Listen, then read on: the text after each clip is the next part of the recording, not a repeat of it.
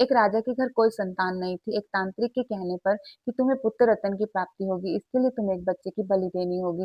राजा अगले ही दिन नगर में घोषणा करवा देता है कि जो भी अपना बच्चा देने के लिए तैयार होगा, उसे बहुत सारी धन दौलत दी जाएगी। बहुत सोच विचार करने के बाद एक गरीब परिवार अपना बच्चा देने के लिए तैयार हो जाता है।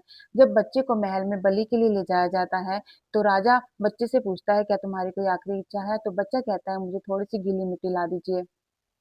बच्चे को गीली मिट्टी दी जाती है। बच्चा जो है 4 घर बनाता है, 3 घर को वो तोड़ देता है और 1 घर को रहने देता है और फिर राजा को कहता है, अब मेरी बलि दे दीजिए। तो राजा डर जाता है, इसने कोई तंत्र विद्या तो नहीं की।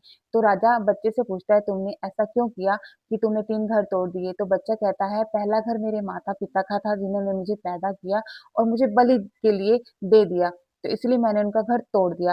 दूसरा घर जो है मेरे रिश्तेदारों का था, जिन्होंने मेरे माता-पिता को ऐसा करने से नहीं रोका, इसलिए मैंने उनका घर भी तोड़ दिया। तीसरा घर राजा जी आपका है और वो घर भी मैंने तोड़ दिया है, क्योंकि राजा न्याय की मूर्ति होता है। जब राजा ही मेरी बलि दे रहा है तो मैं न्याय की माँग किससे करूँ? और चौथा घर मेरे भगवान का है और अब भगवान के हाथ में ही है, जो करेंगे वही करेंगे। तो इसीलिए चौथी उम्मीद मेरी उनसे ही है।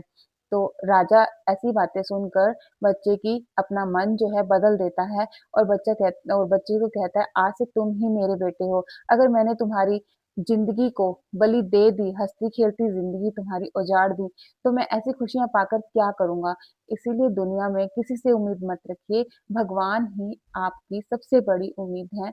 सबसे उम्मीद छोड़िए, भगवान से लगन लगाइए, क्योंकि हर उम्मीद भगवान की तरफ जाती है। कभी न कभी, कोई न कोई, कहीं न कहीं आपको समस्या में डाल ही देता है और साथ छोड़ ही देता है। तो इसीलिए भगवान कभी किसी का साथ नहीं छोड़ता। भगवान से उम्मीद हमेशा लगाए